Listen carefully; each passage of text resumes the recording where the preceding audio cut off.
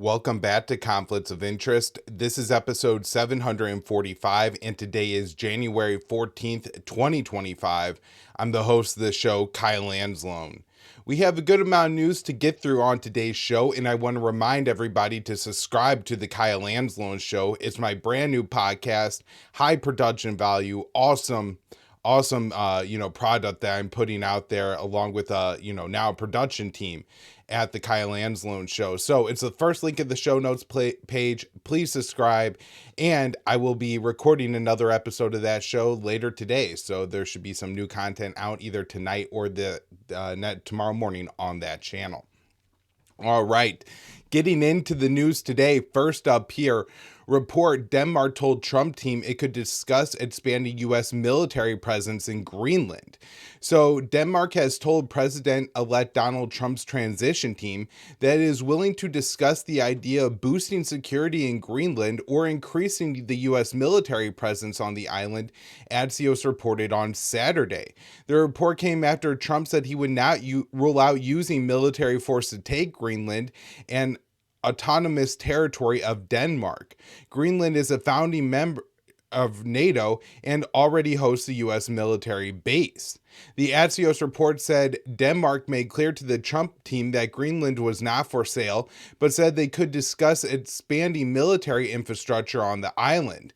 The U.S. has had a military presence in Greenland and pledged to defend the island under the 1951 Defense of Greenland Agreement.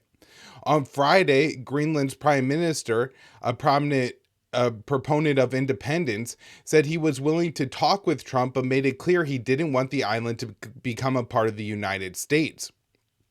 Greenland is for the Greenlandic people. We do not want to be Danish. We do not want to be American. We want to be Greenlandic, he said.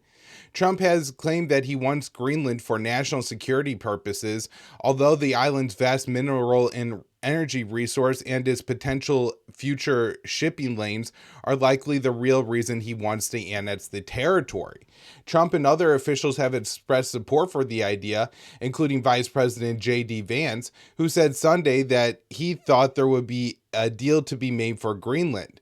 Vance noted that the island, which has a population of only 56,000, has a lot of natural resources. And so during the first Trump administration, this did come up, and I laughed at it. I thought it was the most insane thing I had ever heard, and in a way, I guess I was kind of right to dismiss it during the first Trump presidency because it really never materialized or went anywhere. This time around, it seems to be much more of a priority, and they're really talking it up. Now, there could be a couple things here. One, this could be the standard Trumpian art of the deal negotiating tactics where he thinks that there's deals to be made in Greenland, and so maybe getting access to Greenland's natural resources, signing a treaty with Greenland or Denmark that gives the United States some kind of claims to Greenland's Arctic territory, because I know that's a big part of all of this is, they believe that over time, the Arctic ice is going to continue to melt, opening up new shipping lanes, new access to resources in the Arctic area. Of course, Russia, being a very large northern country, has a lot of say over what happens in the Arctic. The U.S.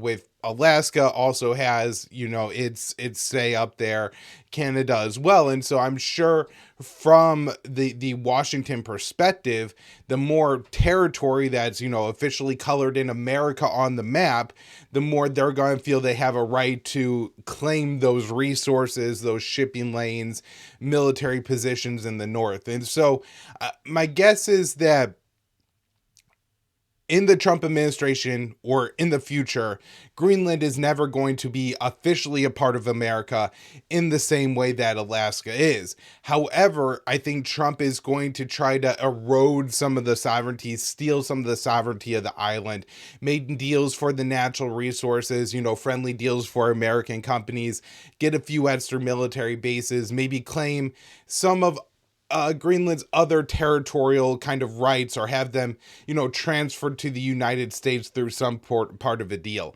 So I do think it's going to be more significant this time around. I don't think it's just some nonsense talking point that Trump is bringing up. That being said, it seems like it would be pretty crazy if that was actually something that happened, Greenland becoming a part of the United States. All right, next up here, this article I wrote for the Libertarian Institute on January 13th. Former Trump official says Israel's war in Gaza is made in America. So a former State Department official affirmed that Israel's war on Gaza is waged with weapons made in America. He gave the statement on 60 Minutes program that detailed how casings from American-made bombs litter the Gaza Strip.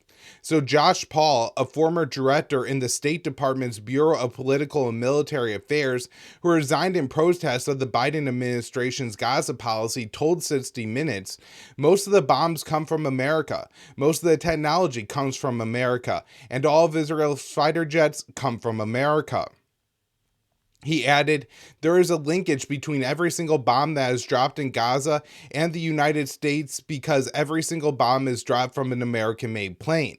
These Israeli airstrikes, so when asked, these Israeli airstrikes, you could say, are made in America, Paul affirmed the statement. Paul appeared in the segment where 60 Minutes detailed the prevalence of bomb casings in Gaza, those casings that Palestinians use to build their homes and become toys for children often say USA on them. Paul went on to explain that after October 7th Hamas attack, he was ordered by the highest levels of the U.S. government, including President Joe Biden and Secretary of State Antony Blinken, to extradite the approval of arms transfers to Israel. Since October 7, 2023, the U.S. has approved over $22 billion in military assistance for Tel Aviv. Additionally, Biden plans to approve an $8 billion shipment of bombs, missiles, and shells to Israel as one of his final acts as president. 60 Minutes spoke with a U.S. official who explained the belief here in the White House is cutting off weapons would lead to an even longer, deadlier conflict, and it's America's military support and diplomacy that has prevented a wider war in the Middle East. However, Israeli officials have stated that Tel Aviv would have to end the war in Gaza within a few months if the U.S. cut off support. Additionally, Israel's onslaught in Gaza has already expanded to Lebanon, Syria, Yemen, and Iran. Former and current U.S. officials say the war has made America a target for terrorism. Halal Rahit, another U.S. official who resigned in opposition of Biden's support for Israel, said the weapon shipments to Israel have, quote, put a target on America's back. Brett Holmgren, the acting director of the National Counterterrorism Center, told 60 Minutes that anti-American sentiment driven by the war in Gaza is at a level not seen since the Iraq War, and groups like Al-Qaeda and ISIS are recruiting on the sentiment, issuing the most specific calls for attacks on America in years. And this is certainly something that we have discussed a lot on this show. Next up here, another article I wrote for the Institute on January 13th. 200 Israeli soldiers who are refusing to fight in Gaza send letter to Netanyahu demanding an end to the war. So as the Israeli onslaught in Gaza drags into its 15th month, a growing number of IDF soldiers are refusing to return to the battlefield. Some say they witnessed war crimes in Gaza and no longer want to be a part of a conflict that several human rights organizations have labeled as a genocide. 200 Israeli soldiers signed on to a letter calling for Israeli Prime Minister Benjamin Netanyahu to end the war. One of the soldiers, Yuval Green, a 27-year-old medic, told the Associated Press he walked off his post last January. He said he decided he could no longer be a part of the war in Gaza after witnessing his fellow soldiers loot and destroy Palestinian homes.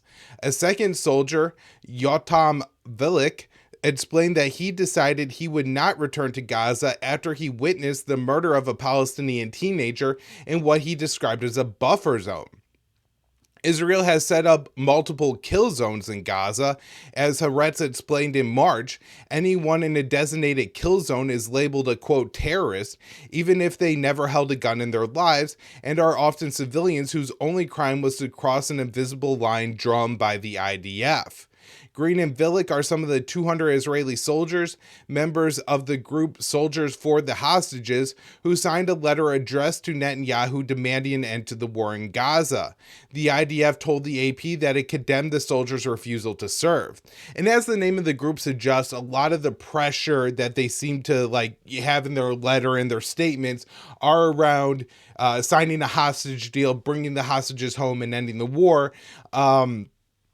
Some of the statements are also not just about the Palestinians and concern over about war crimes, but about the Israeli soldiers.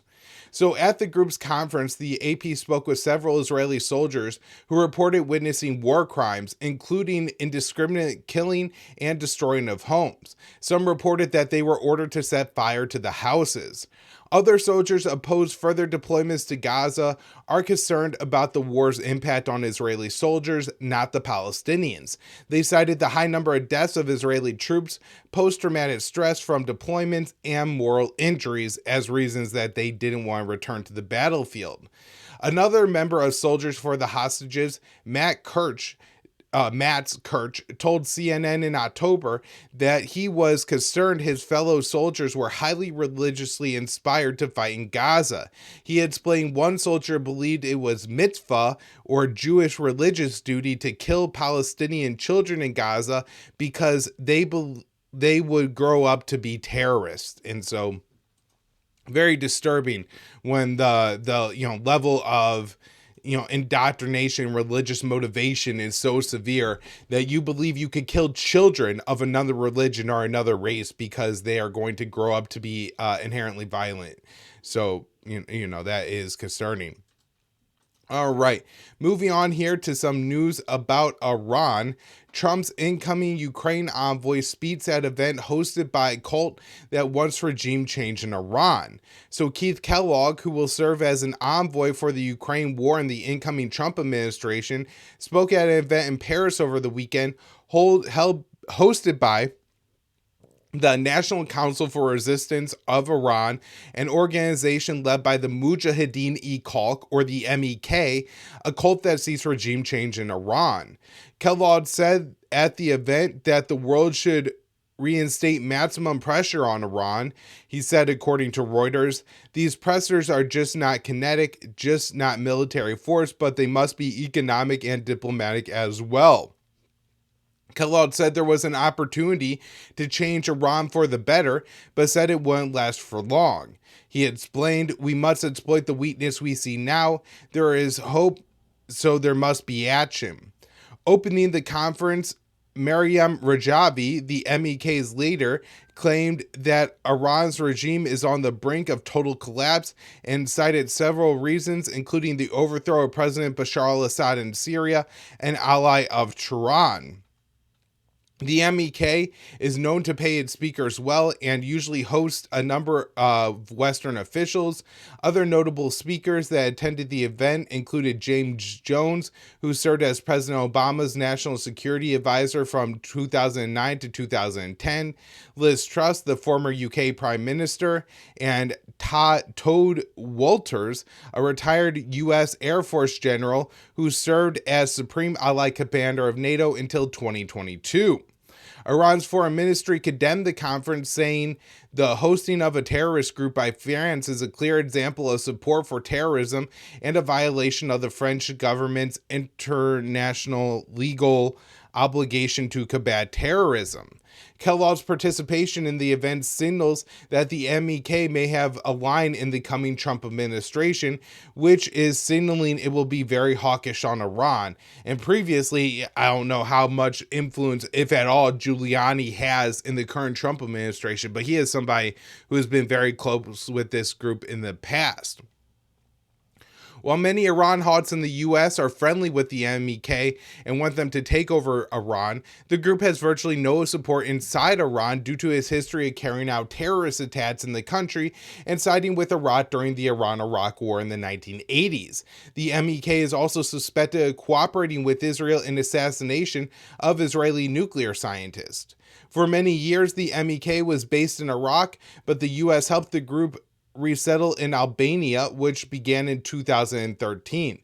The US government even donated $20 million to the UN's refugee agency to help with the resettlement. The MEK was founded as a Marxist Islamic organization in the 1960s, and it was founded by the current leader's husband, and he has been missing since 2003. A report by the MEK published by the RAND Corporation in 2009 concluded the group has many typical characteristics of a cult, such as authoritarian control, confiscation of assets, sexual control, including mandatory divorce and celibacy, emotional isolation, forced labor, sleep deprivation, physical abuse, and limited exit options. So a pretty good case that may actually be a cult. All right, next up here, Israeli airstrikes in Yemen killed 15 civilians in December. This one from Dave DeCamp at antiwar.com. So 2 rounds of Israeli airstrikes on Yemen in December killed 15 civilians and wounded 43 others, according to the monthly update published by the Yemen Data Project. The YDP said that every Israeli airstrike in Yemen since July hit non-military civilian targets, with no Houthi military sites being bombed, resulting in unprecedented rate of civilian harm. The YDP also recorded 13 US-UK airstrikes in Yemen in the month of December and said they resulted in no civilian casualties. 8 of the strikes hit Houthi military targets, and the targets of 5 others couldn't be identified. Israel's airstrikes in Yemen have mainly focused on energy infrastructure, but on December 26th, Israel launched a series of attacks that included strikes on the Sana'a International Airport, which also killed 3 civilians and almost killed the head of the WHO, the World Health Organization, who was about to board a plane. Israel's most recent strikes on Yemen were launched on January 10th, which were not included in the YDP report. According to media reports, the Israeli strikes again targeted power plants and ports and killed at least 1 person. The Israeli strikes on Yemen in December came as the Houthis stepped up their attacks on Israel. The YDP reported December was the most active month since October 7, 2023 for Houthi attacks aimed at Israel. The Houthis launched 15 projectiles at Israel in the month. Most of the Houthi attacks on Israel were intercepted, but some made it past air defenses. The Houthis also increased their attacks on U.S. warplanes in the Red Sea, and there were no recorded attacks against commercial vessels in December. Sunday marked 1 year since President Biden launched his bombing campaign against the Houthis in defense of Israeli shipping. Since then, the situation has only escalated as the Houthis began targeting U.S. and British shipping in response. The Houthis began their attacks on Israel and Israeli-linked shipping in response to the U.S.-backed Israeli onslaught in Gaza, and have maintained that a ceasefire in Gaza will be the only way they'll stop. From 2015 until 2022, the U.S. backed the Saudi war on Yemen, which involved heavy airstrikes and a blockade, and the Houthis only became a more capable fighting force during that time.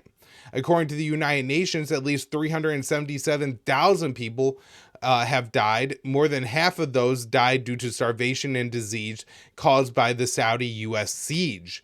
A ceasefire between the Houthis and the Saudis have held relatively well since April 2022, but U.S. sanctions are blocking the implementation of a lasting peace agreement. Also worth noting, apparently the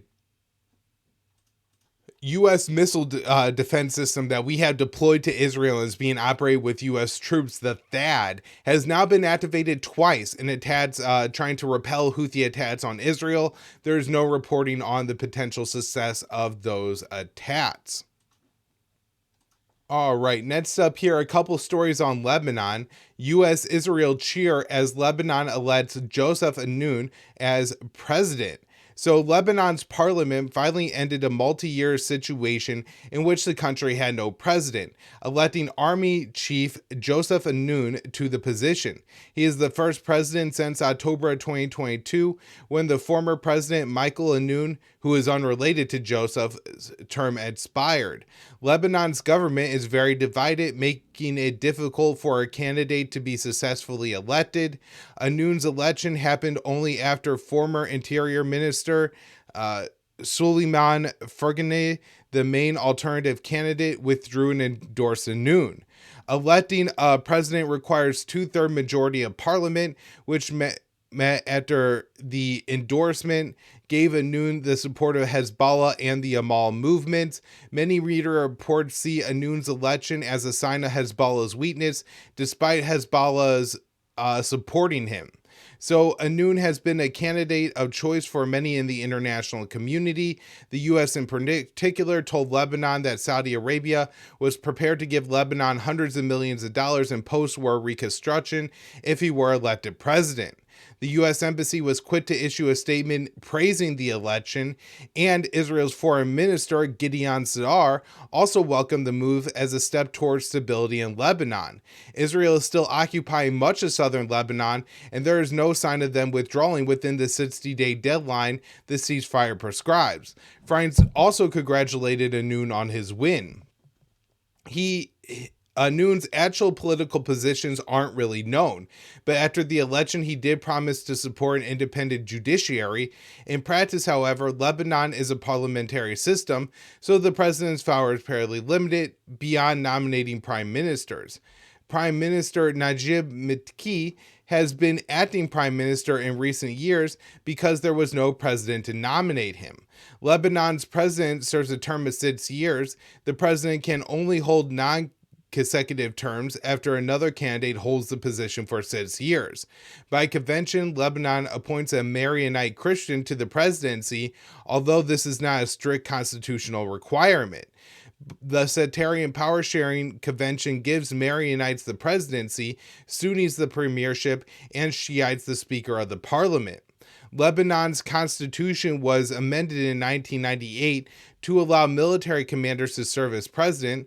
Since that amendment, all 4 of Lebanon's presidents have been military commanders. While the presidency is largely a ceremonial position, the hope is that Anoun's election will open up the flow of international aid for the reconstruction after Israel's invasion.